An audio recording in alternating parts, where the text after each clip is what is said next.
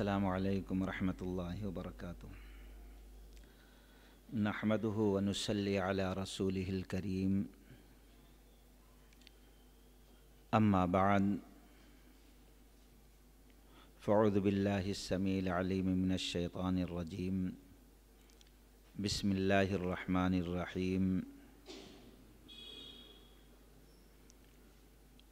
یا ایہا الذین آمنوا اتقوا اللہ حق تقاتہ ولا تموتن الا وانتم مسلمون رب اشرح لی صدری ویسر لی امری واحلل عقدۃ من لسانی یفقہوا قولی۔ تمام قسم کی تعریف اللہ تبارک و تعالیٰ کے لیے ہے، بعدہ درود سلام کا تحفہ اللہ کے حبیب محمد الرسول اللہ صلی اللہ علیہ وسلم پر نازل ہو۔ معزز سامعین و سامعات، رب کا شکر ہے کہ رب العالمین نے ہم لوگوں کو ایسی مجلس میں بیٹھنے کی توفیق دی جس مجلس پر اللہ تبارک و تعالی فرشتوں کے درمیان فخر کرتا ہے، اور ایسی مجلس میں سکینہ اور رب کے مقرب فرشتے حاضر ہوتے ہیں۔ مجلس ختم ہونے کے بعد جب رب العالمین کے پاس جاتے ہیں تو اللہ جانتے ہوئے بھی سوال کرتا ہے کہاں سے آ رہے ہو؟ تو خیر لمبی حدیث ہے، مختصر یہ کہ اللہ تعالیٰ فرشتوں سے کہتا ہے فرشتوں تم گواہ رہو، اس مجلس میں جتنے لوگ بھی شامل تھے ہم نے سب کو اپنے رحم و کرم سے بخش دیا۔ اللہ سے دعا کریں اس مجلس کی برکت سے اللہ تعالیٰ ہماری بخشش فرمائے اور ہم پر دنیا اور آخرت میں رحم فرمائے۔ تسلسل چل رہا تھا بخاری شریف کا،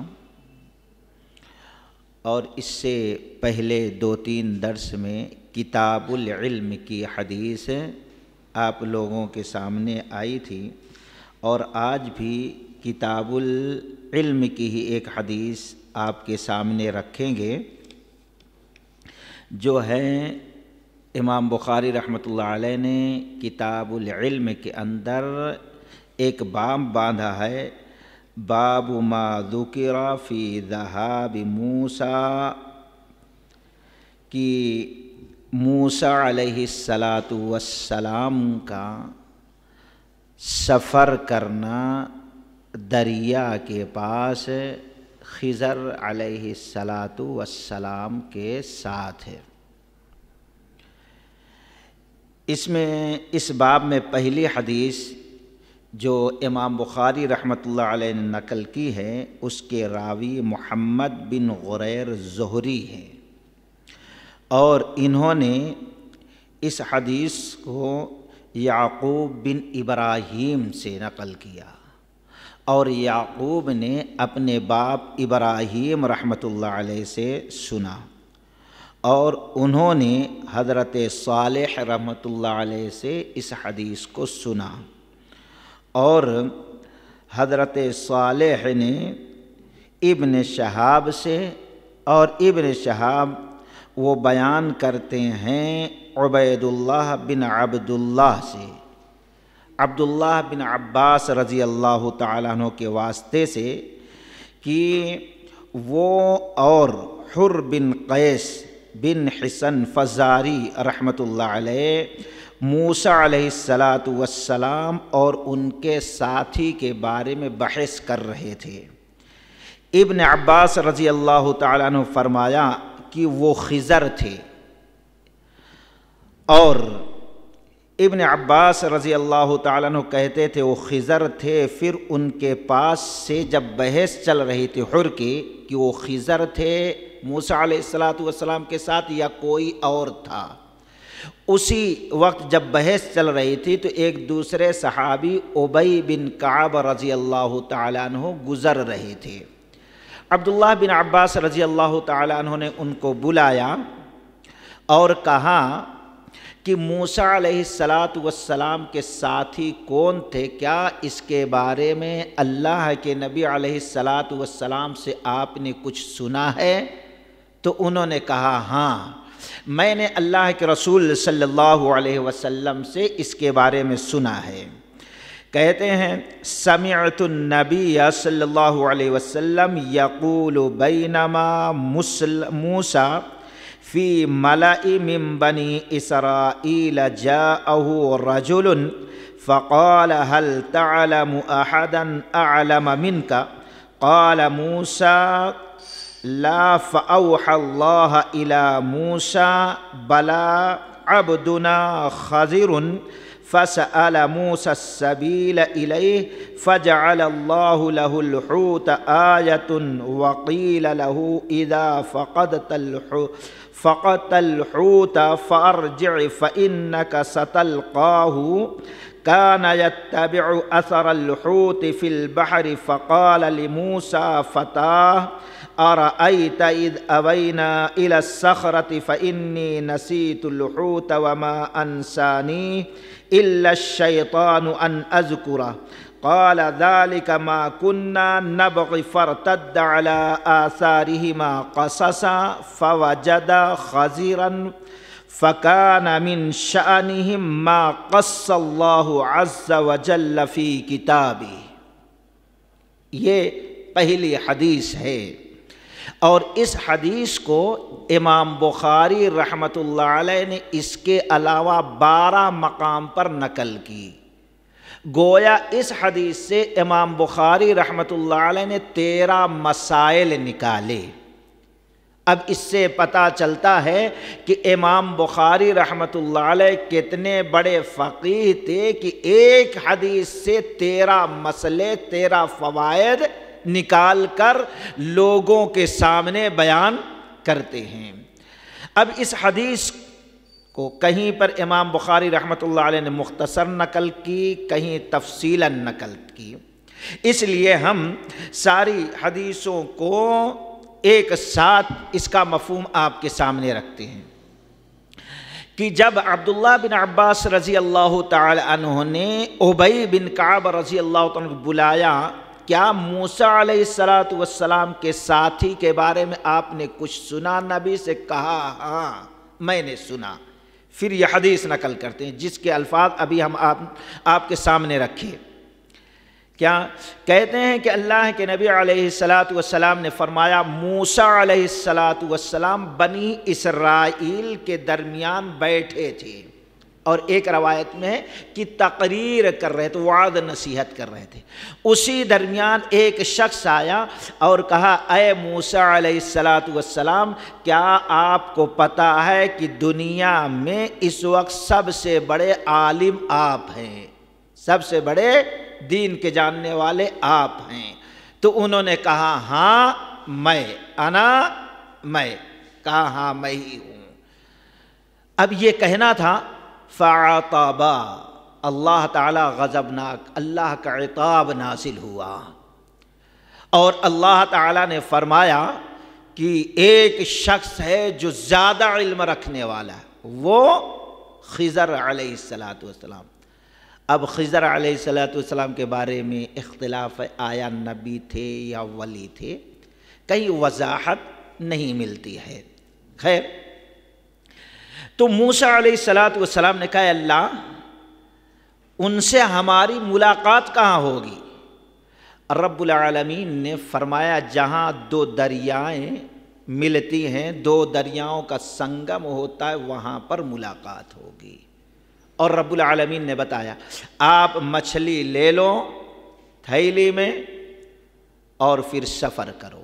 موسیٰ علیہ السلام نے توشہ لیا اور مچھلی بھی لے لیا، اور اپنے ساتھ حضرت یوشع علیہ السلام کو بھی ساتھ میں لیا۔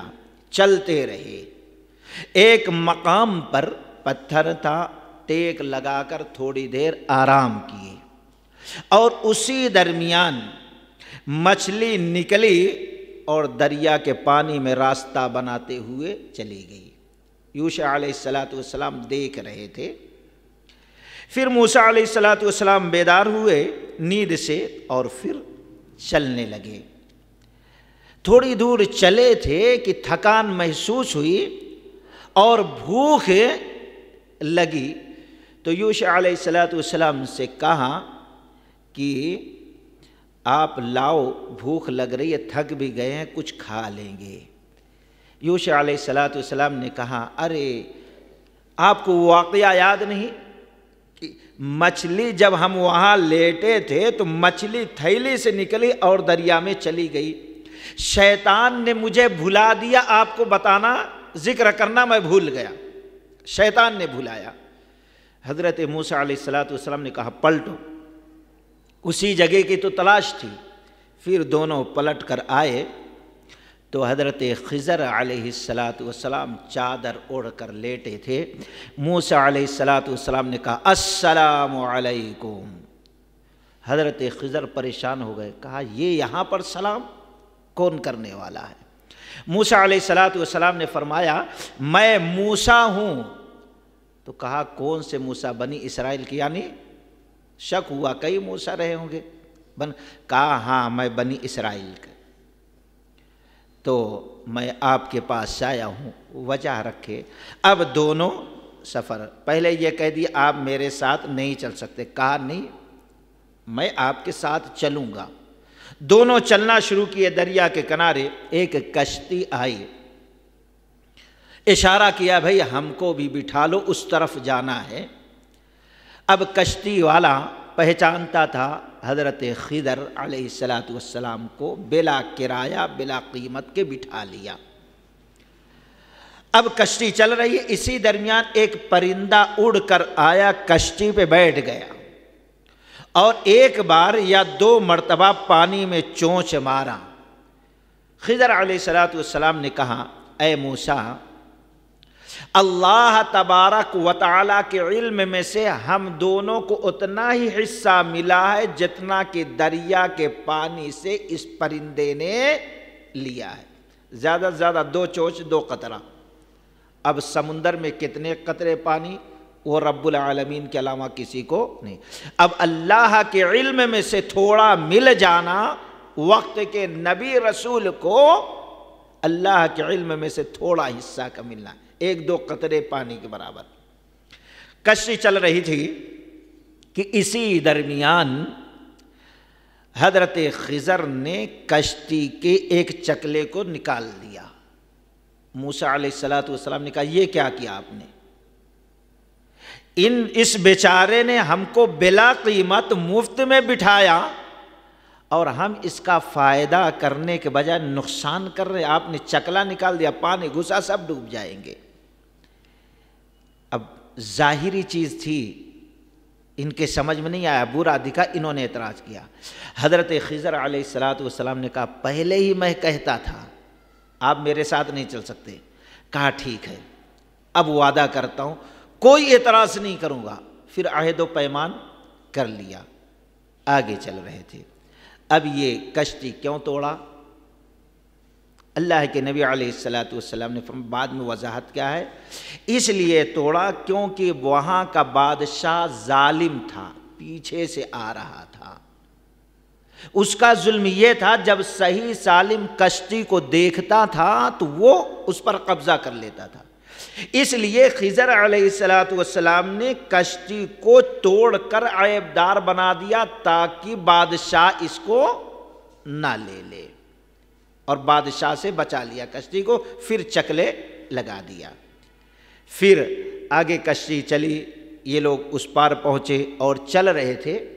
چلتے چلتے بچے کھیل رہے تھے، نظر پڑی، ایک بچے کو خضر علیہ السلام نے یوں پکڑا اور گردن مروڑ دی، قتل کر دیا۔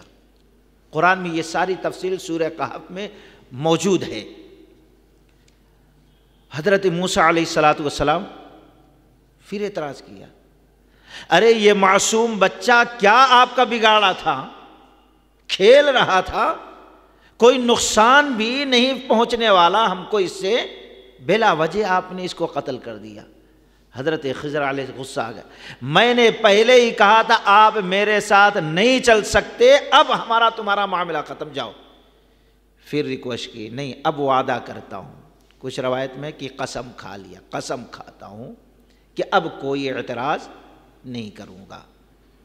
خیر چلنے لگے، چلتے رہے، ایک بستی میں پہنچے۔ اب بھوک لگی تھی، پیاس لگی تھی، تو بستی والوں کو کہا بھئی کچھ ہمارے کھانے پینے کا انتظام کر دو۔ بستی والوں نے انکار کر دیا، نہیں۔ نکل گئے بیچارے بھوک سے، چل رہے تھے، بستی سے نکل رہے تھے، ایک دیوار تھی ایسا گر رہی تھی، حضرت خضر علیہ السلام نے اس کو درست کر دیا، صحیح کر دیا گرتی ہوئی دیوار کو۔ موسیٰ علیہ السلام نے پھر اعتراض کیا، یہ بستی والے ہم کو کھانا نہیں کھلائے اور ہم نے بلا مزدوری کے، بلا قیمت کے ان کی دیوار کو صحیح کر دیا۔ ہونا تو یہ تھا ہم نے دیوار صحیح کیا، کچھ قیمت لے لیتے تو کھانے پینے کا انتظام ہو جاتا۔ اعتراض کیا۔ حضرت خضر علیہ السلام، اب وقت آ گیا ہے، اب برداشت نہیں ہوگا، اب آپ الگ ہو جاؤ۔ عہد و پیمان تھا، اب وہاں سے الگ ہو گئے۔ اور کیوں انہوں نے یہ کام انجام دیا؟ وجہ بتایا کشتی توڑنے کا۔ اور پھر بچہ جو ہے کیوں اس کو قتل کیا؟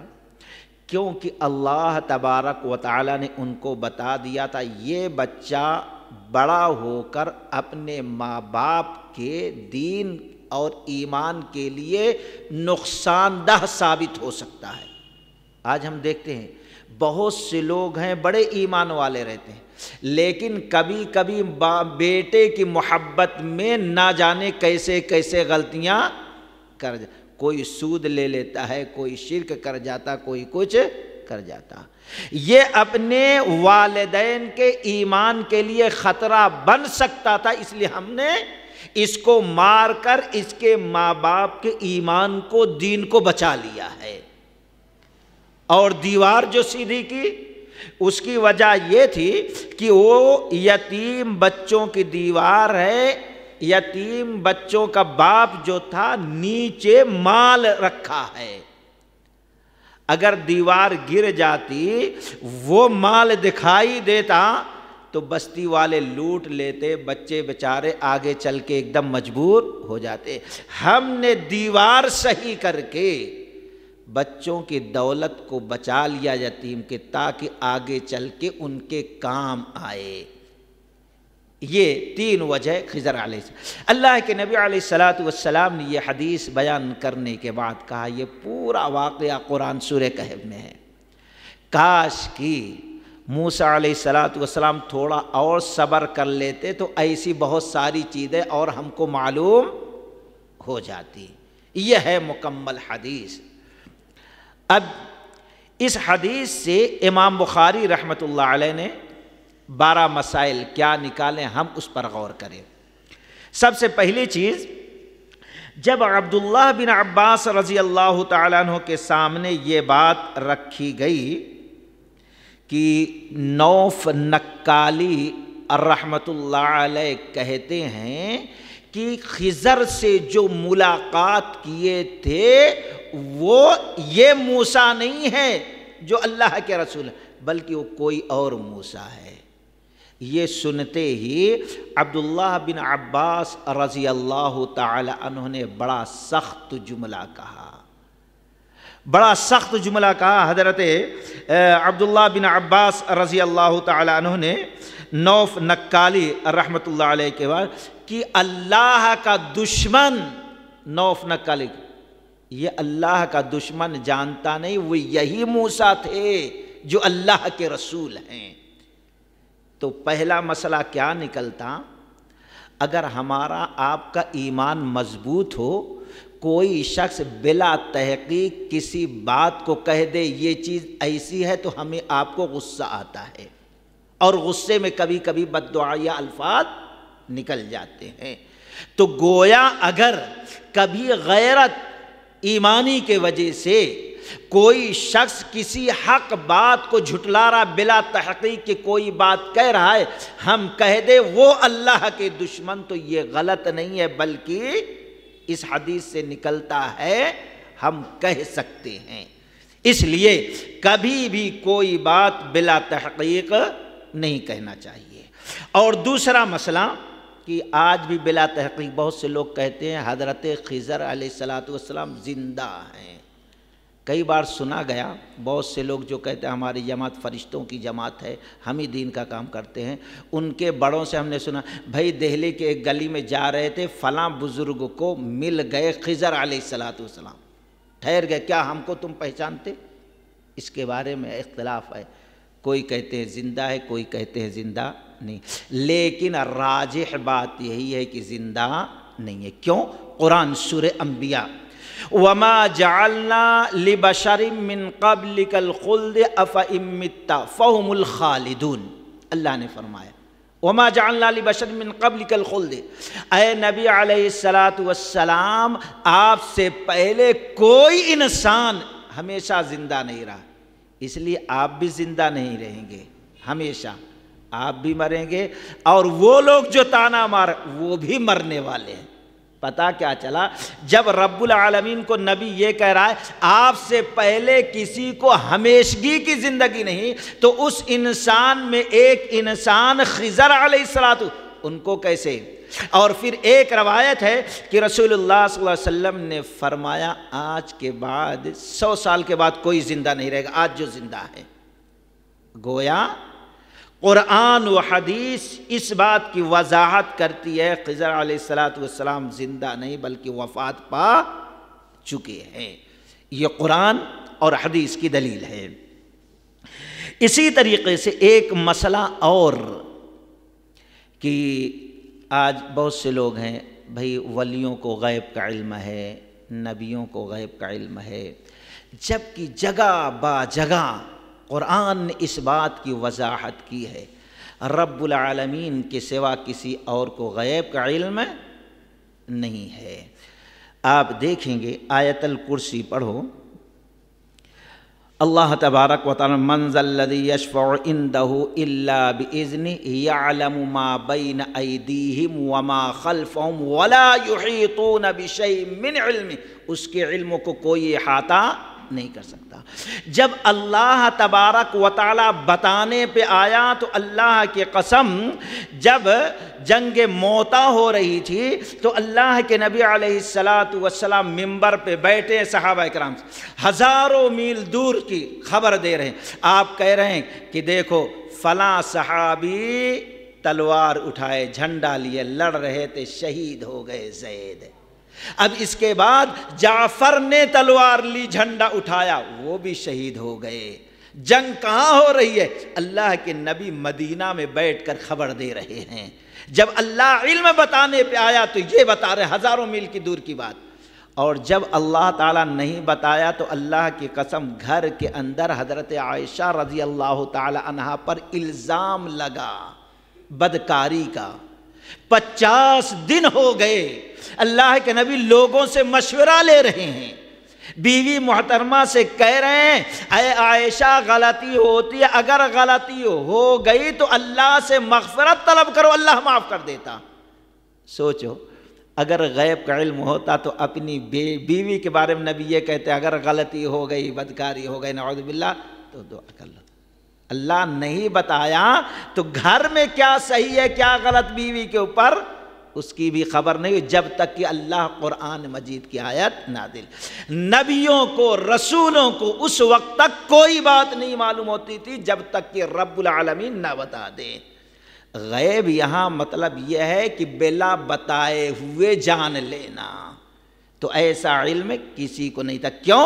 اگر ہوتا، غور کرو، موسیٰ علیہ السلام کہا گیا تھا جہاں مچھلی گم ہو جائے گی خضر وہیں ملیں گے علیہ السلام، مچھلی چلی گئی دریا میں، ان کو پتہ نہیں، پھر نہ جانے کہاں تک چلے گئے، تھک گئے، پتہ ہی نہیں۔ اگر غیب کا علم ہوتا تو آگے سفر کرنے کی ضرورت نہیں، غیب سے معلوم ہو جاتا، جبکہ یہ کلیم اللہ تھے۔ سائنس وہاں تک نہیں پہنچی جہاں تک کہ اللہ تعالیٰ نے اپنے محبوب بندوں کو پہنچا دیا ہے، بلا کسی کنیکشن، بلا کسی ذریعے سے۔ موسیٰ علیہ السلام یہاں بات کرتے تھے رب العالمین سے، لیکن اللہ نے نہیں بتایا تو خاموش بیٹھے ہیں۔ اسی طریقے سے خضر علیہ السلام ولی تھے، نیک تھے، سب کچھ ہے، لیکن اگر علم ہوتا ان کو تو یہ السلام علیکم کہا پریشان نہیں ہوتے، یہاں کہاں سلام، کون آ گیا، جان لیتے کہ اللہ کا رسول آیا ہے مجھ سے ملنے، اللہ بھیجا، کچھ پتہ نہیں، جب تک کہ موسیٰ علیہ السلام نے اپنا تعارف نہ کرا دیا۔ یہ تین جو واقعہ ہوا خضر علیہ السلام، اس وقت تک موسیٰ علیہ السلام کو پتہ نہ چلا کشتی کیوں توڑی گئی، بچے کو کیوں قتل کیا گیا، اور بلا مزدوری کے کیوں دیوار درست کی، جب تک کہ اللہ کے حکم سے موسیٰ علیہ السلام کو خضر علیہ السلام نے نہ بتا دیا۔ اس حدیث سے ایک مسئلہ یہ بھی معلوم ہوتا، غیب کا علم نبیوں کو بھی رسولوں کو بھی نہیں ہے۔ اللہ تبارک و تعالی نبی علیہ السلام کو واضح، اے نبی کہہ دو، اے نبی کہہ دو، وَلَوْ كُنْتُ عَالَمُ الْغَيْبَ لَاسْتَكْثَرْتُ مِنَ الْخَيْرِ، آپ اعلان کرو، اے نبی کہہ دو اگر مجھے غیب کا علم ہوتا تو جتنی بہتر کی چیزیں ہیں سب میں جمع کر لیتا، مجھے دنیا میں کوئی نقصان نہیں پہنچتا، لیکن مجھے غیب کا علم نہیں ہے۔ اللہ تعالیٰ نبی سے کہلوا رہا ہے، سورہ اعراف کی آیت ہے، اگر آپ کو پتا چلتا 70 صحابہ شہید ہوں گے، غزوہ احد میں جاتے ہی نہیں، واپس آ جاتے۔ ایک مرتبہ کتنے صحابہ کو جھوٹ بول کر کفار لے کے گئے دھوکہ، ہم اسلام لائے، قاری کو حافظ کو بھیج دو ہم کو دین سکھانے کے لیے، لے کے چلے بڑے بڑے حافظوں کو قاریوں کو، دھوکہ دے کے ان کو شہید کر ڈالا۔ جب نبی کو پتا چلا تو نبی علیہ السلام 1 مہینے تک ان کے حق میں بد دعا کرتے رہے۔ یہ ساری چیزیں کیا بتاتی ہے؟ غیب کا علم نہیں تھا۔ یہ تیسرا مسئلہ اس حدیث سے ثابت ہوتا ہے۔ اسی طریقے سے امام بخاری رحمۃ اللہ علیہ نے اس حدیث کو دوسرے مقام پر جو نقل کیا، حدیث نمبر 78، باب الخروج فی طلب العلم، علم کی تلاش میں نکلنے کا بیان۔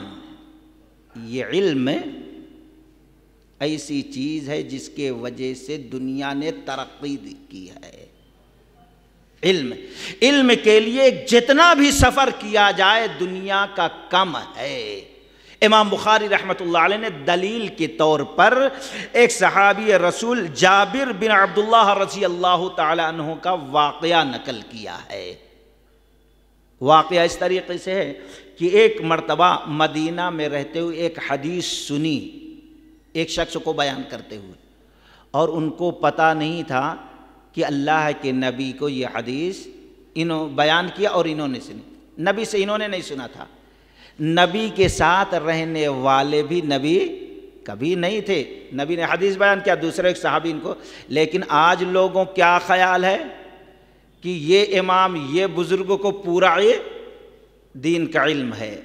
سوچو وہاں نبی اللہ کے نبی کے صحابی جریر بن عبداللہ رضی اللہ تعالیٰ عنہ ہیں، جابر بن عبداللہ رضی اللہ تعالیٰ عنہ ہیں، انہوں نے ایک حدیث سنی اور سنانے والے سے پوچھا بھئی تم ایسے ہی بیان کر رہے ہو کہ کسی سے سنے؟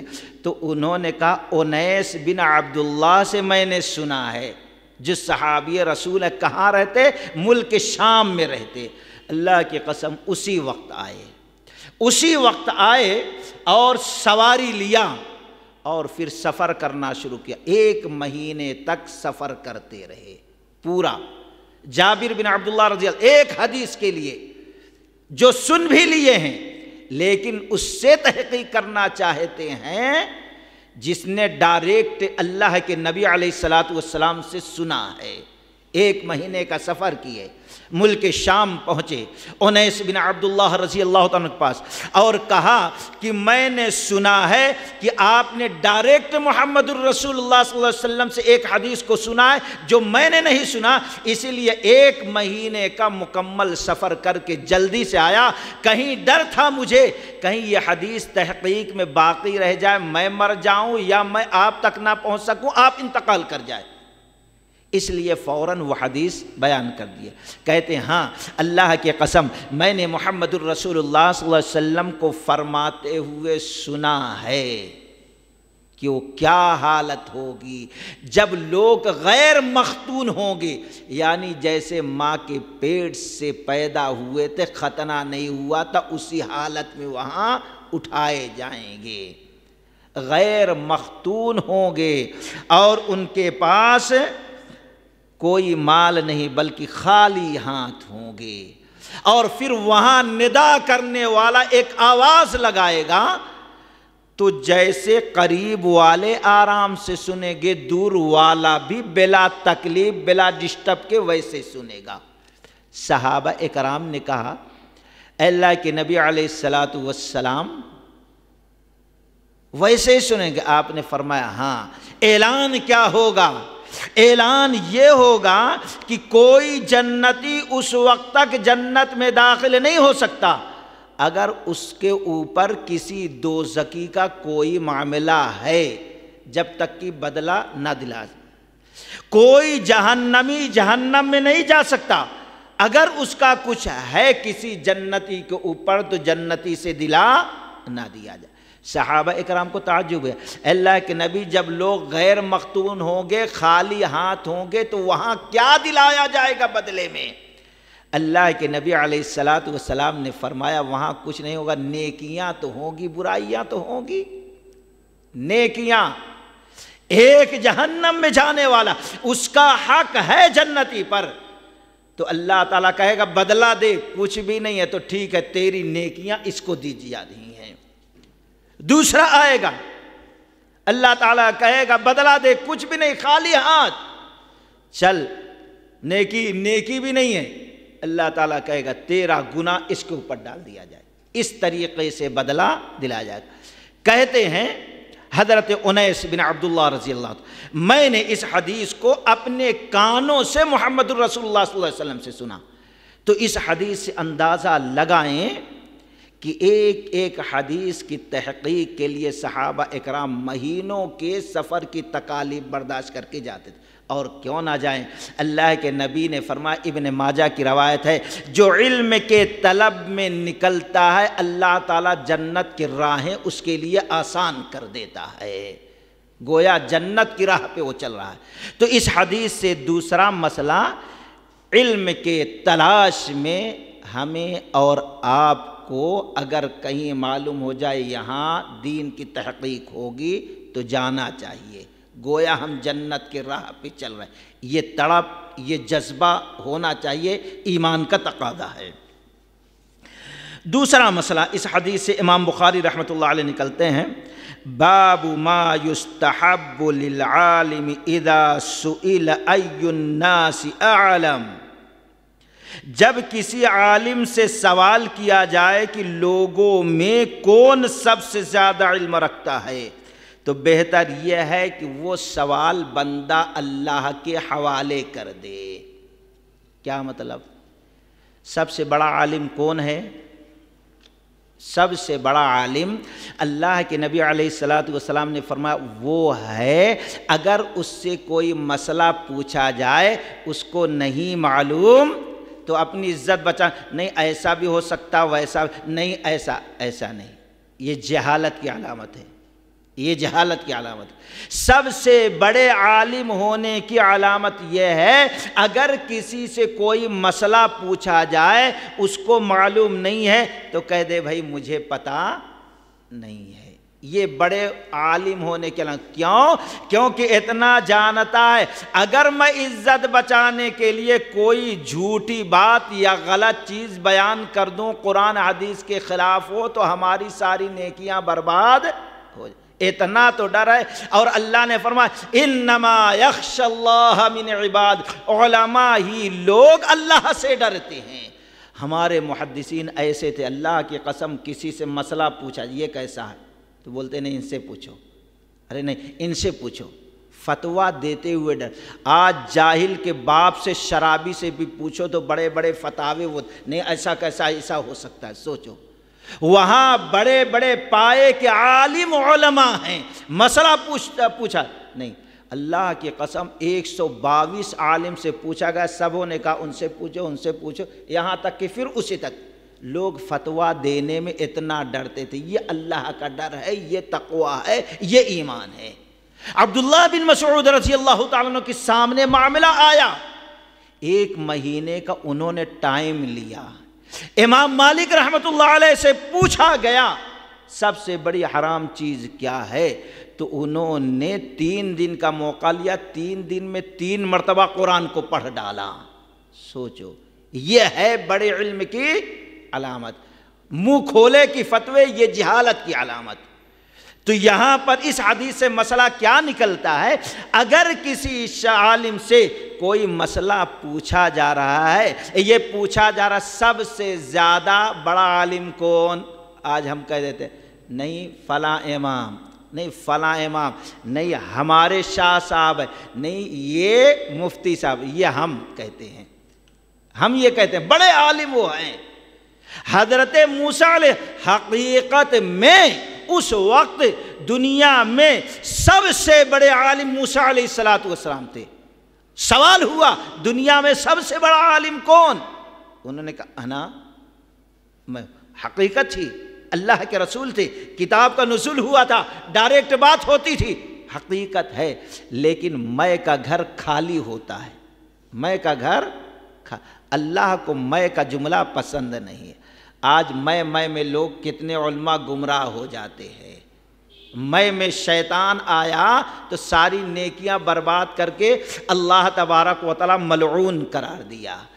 بڑی دلچسپ بات ہے، اللہ کے نبی علیہ السلام کے دروازے پہ دستک ہوئی، مان کون؟ تو انہوں نے کہا انا، صحابی رسول نے کہا انا، تو اللہ کے نبی نے کہا انا یعنی میں، تم میں ہو تو میں بھی تو میں ہوں۔ مطلب کیا ہے؟ نبی نے بھی یہ جملہ میں کا، تم میں ہو تو میں بھی تو میں ہوں، میں تم نہیں، یعنی نام بھی بولنا ہے، میں نہیں بولنا چاہیے، میں فلاں ہوں۔ تو حضرت موسیٰ علیہ السلام نے کہا میں، فعتبا، اللہ کا عتاب نازل ہوا۔ تو اس لیے کبھی ایسا مسئلہ ہے تو کہنا کیا چاہیے؟ واللہ عالم، اللہ بہتر جانتا ہے، یہ کہنا چاہیے۔ اس حدیث میں یہ مسئلہ بتایا گیا ہے۔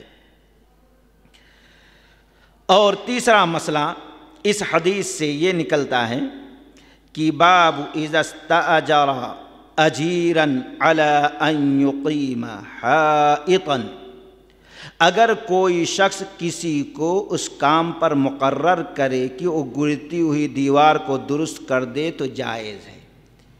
اس حدیث سے امام بخاری رحمۃ اللہ علیہ نے یہ مسئلہ نکالا ہے کہ مستری کا کام، یعنی یہ جو گھر وغیرہ بناتے ہیں، یہ اگر کوئی پیشہ اختیار کرتا ہے تو کر سکتا ہے، یہ کوئی معیوب بات نہیں، کیونکہ حضرت خضر علیہ السلام نے دیوار درست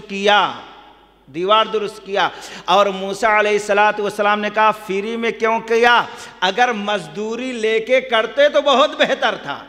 مطلب یہ تھا یہ کاروبار معیوب نہیں ہے، کر سکتے، کیونکہ خضر علیہ السلام نے کیا، موسیٰ علیہ السلام نے کہا مزدوری لے کے کرتے تو بہتر تھا، یہ کوئی گرا ہوا کام، حقیر کام نہیں ہے۔ اسی طریقے سے باب الشروط فی الطلاق، مختصر بولتے جا رہا ہوں کیونکہ وقت زیادہ ہو گیا ہے۔ اس حدیث کو طلاق میں شرطیں یہاں پہ بھی نقل کی۔ یہاں کیوں نقل کیے؟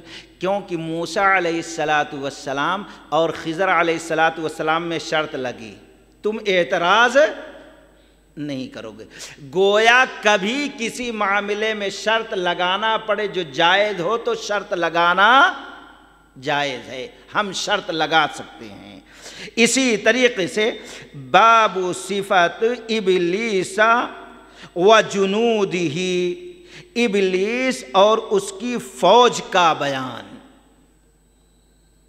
ایک امام بخاری رحمۃ اللہ علیہ اس حدیث سے واقعہ سے کیا مسئلہ؟ ابلیس اور اس کی فوج، یعنی انسانوں کے ساتھ شیطان ہمیشہ لگا ہے۔ کبھی کبھی ہم قرآن کی آیت بھول جاتے ہیں، کبھی اچھی باتیں بھول جاتے ہیں، وجہ کیا؟ شیطان بھلا دیتا ہے۔ اسی طریقے سے سورہ انعام میں اللہ تبارک و تعالیٰ نے فرمایا وَإِمَّا يُنْسِيَنَّكَ الشَّيْطَانُ فَلَا تَقْعُدْ بَعْدَ الذِّكْرَىٰ مَعَ الْقَوْمِ الظَّالِمِينَ، تم کسی ایسی مجلس میں بیٹھے ہو جو شریعت کے خلاف کام وہاں ہو رہا ہے، مجلس میں شریعت کے خلاف باتیں ہو رہی ہیں، قرآن و حدیث کا مذاق اڑایا جا رہا ہے، قرآن و حدیث کے خلاف ورزی ہو رہی ہے، تو وہاں سے اٹھ جاؤ۔ اگر شیطان نے بھلا دیا تو یاد آنے کے بعد اس مجلس سے ہٹ جاؤ۔ گویا کبھی کبھی شیطان اچھی باتوں کو ہمارے ذہن سے نکال دیتا ہے، یا کہ نماز میں ہیں، نماز پڑھتے پڑھتے اب وسوسہ آ جاتا، کتنی رکعت پڑھے۔ یہ کب ہوتا ہے؟ شیطان وسوسہ ڈالتا۔ مسلم کی روایت، صحابی رسول نے پوچھا، اے اللہ کے نبی علیہ الصلوۃ والسلام، جب نماز پڑھتے ہیں تو یہ خیال وہ خیال آتا، پتہ ہی نہیں چلتا کتنی رکعت پڑھے کیا پڑھے۔ آپ نے فرمایا وہ ایک شیطان خنزب، جب ایسا تم کو معلوم ہو تو ایسے وقت میں تم 3 مرتبہ اللہ سے پناہ مانگنا، اعوذ باللہ من الشیطان الرجیم پڑھنا، اور اس طریقے سے کرنا۔ وہ صحابی رسول نماز پڑھتے، جب بھول جاتے شیطان وسوسہ ڈالتا، 3 مرتبہ اعوذ پڑھتے، تھو تھو کرتے، یہاں تک کہ سارے وساوس ختم ہو گئے۔ تو یہاں پر کیوں یہ حدیث لائیں؟ کیونکہ مچھلی جب تھیلی سے نکلی دریا میں گئی، یوشع علیہ السلام دیکھ رہے تھے، لیکن موسیٰ علیہ السلام کو بتانا بھول گئے۔ کہتے ہیں شیطان نے بھلا دیا، جس کی وجہ سے اتنی تکلیف اور پریشانی آئی۔ اس سے پتہ چلا شیطان اچھی اچھی چیزیں کبھی بھلا کے ہم کو تکلیف میں ڈالتا ہے، اور ابلیس کا لشکر ہمیشہ ہمارے پیچھے لگا ہوا ہے۔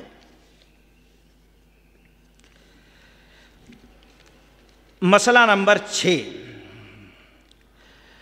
باب حدیث الخضر مع موسیٰ، موسیٰ علیہ السلام اور خضر علیہ السلام کے ملنے کا واقعہ اس حدیث میں بیان کیا، اور یہ صحیح ہے۔ جیسے کچھ لوگ یہ موسیٰ علیہ السلام نہیں تھے، وہ خضر نہیں تو کوئی اور تھے، تو اس حدیث سے یہ واضح کیا گیا یہ موسیٰ ہی علیہ السلام تھے جو اللہ کے رسول مشہور ہیں، اور یہ خضر علیہ السلام ہی تھے جن کا تذکرہ قرآن سورہ کہف میں موجود ہے۔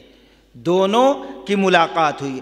اب اس کے بعد 3 آیتیں ایسی ہیں، اور 3 آیتوں کے لیے 3 واقعہ بیان کے، کشتی توڑنے کا، بچے کا قتل کرنے کا، اور پھر دیوار صحیح کرنے کا۔ تینوں آیت جو سورہ کہف میں، ان آیتوں کی تفسیر کے لیے امام بخاری رحمۃ اللہ علیہ نے 3 مرتبہ 3 جگہوں پہ اس حدیث کو نقل کیا ہے۔ اب اس سے ایک مسئلہ یہ نکال لیں، ہمیں اور آپ کو اپنی اولاد کے جان سے زیادہ اس کے ایمان کو عزیز رکھنا چاہیے۔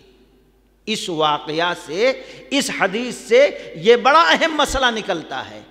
اولاد ہم کو جتنی عزیز ہے، جتنی پیاری ہے، جتنی محبوب ہے، اس کے جان کی جتنی حفاظت ہم کرتے ہیں، اللہ کی قسم اس سے 1000 گنا زیادہ اس کے ایمان کی ہمیں حفاظت کرنا ہے۔ کیوں؟ کیونکہ اللہ تبارک و تعالی نے یہاں بتا دیا ہے، اللہ تبارک و تعالی نے نیک ماں باپ کی حفاظت فرمائی اولاد کو قتل کرا کے۔ اگر زندہ ہوتا تو وہ اولاد اپنے ماں باپ کے ایمان کے لیے، اسلام کے لیے خطرہ بن جاتی ہے۔ اس لیے اپنے ایمان کی حفاظت، اپنے گھر والوں کی حفاظت، یہ اس حدیث سے اور قرآنی آیات سے ہم کو درس ملتا ہے۔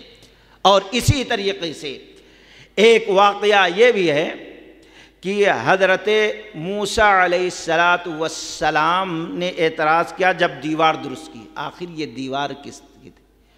وہ آدمی نیک تھا، صالح تھا، بزرگ تھا، شریعت کا پابند تھا، اپنی اولاد کے لیے محنت کر کے خون پسینہ بہا کر کمائی رکھا تھا دیوار کے نیچے، حلال کمائی تھی، بڑا نیک تھا، خون پسینہ بہا کے کماتا، حرام کی ملاوٹ نہ تھی، اس لیے اس مال کی حفاظت اللہ نے خضر علیہ السلام سے کرائی۔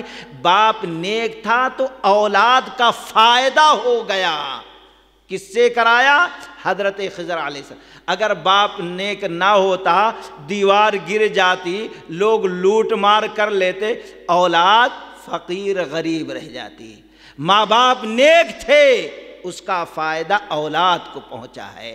اسی طریقے سے دوسرے واقعہ میں اولاد، ماں باپ نیک تھے، ان کے ایمان کی حفاظت کے لیے اللہ تعالیٰ نے اولاد کو قتل کرا دیا۔ تو یہ دونوں واقعہ کو سامنے رکھیں، پیغام یہ ہے اس حدیث کا کہ ہم اپنے جان مال سے زیادہ عزیز محبوب اپنے ایمان، اپنے دین، اپنے شریعت کو بنا لیں۔ اس حدیث کے اندر یہ پیغام ہے۔ اسی طریقے سے اس حدیث سے ایک مسئلہ اور نکلتا ہے، باب اذا حنس ناسیا فی الایمان، اگر قسم کھانے کے بعد بھول سے اس کو کوئی توڑ دے تو کیا گناہ کفارہ لازم آئے گا کہ یا گنہگار نہیں ہوگا؟ اختلاف، لیکن راجح بات یہی ہے کہ اگر کوئی بھول سے اپنی قسم کو توڑ دیتا ہے تو یہاں پر قرآن کی آیت ہے، لا تؤاخذنی بما نسیت ولا ترہقنی من امری عسرا۔ حضرت موسیٰ علیہ السلام نے کہا، بھائی میں قسم بھول گیا تھا کہ آپ سے سوال نہیں کروں گا، لیکن بھول کر قسم ٹوٹ گئی، میں نے آپ کے کام پر اعتراض کر لیا، تو آپ کیوں مواخذہ کرتے؟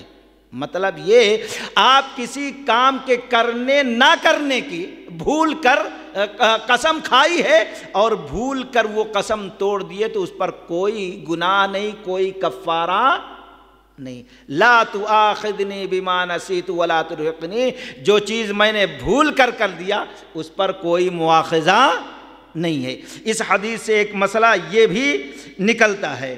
اسی طریقے سے اس حدیث سے ایک مسئلہ اور نکلتا ہے، باب فی المشیۃ والارادۃ، مشیت قصد کا بیان۔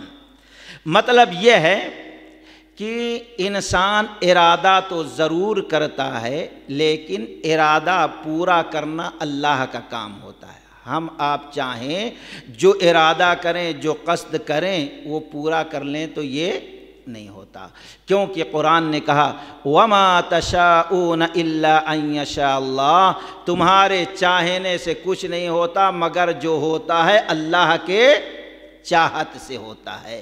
تو یہ حدیث سے تقریباً ہمارے عقیدے کی اصلاح بھی ہوتی ہے اور کئی مسائل کی درستگی ہوتی ہے، اور 12 مسائل اس حدیث سے ثابت کیے گئے۔ اللہ تبارک و تعالیٰ سے دعا ہے کہ اللہ تبارک و تعالیٰ قرآن و حدیث کے موافق زندگی گزارنے کی توفیق رفیق عطا فرمائے۔ وآخر دعوانا الحمد للہ رب العالمین۔ السلام علیکم ورحمۃ اللہ وبرکاتہ۔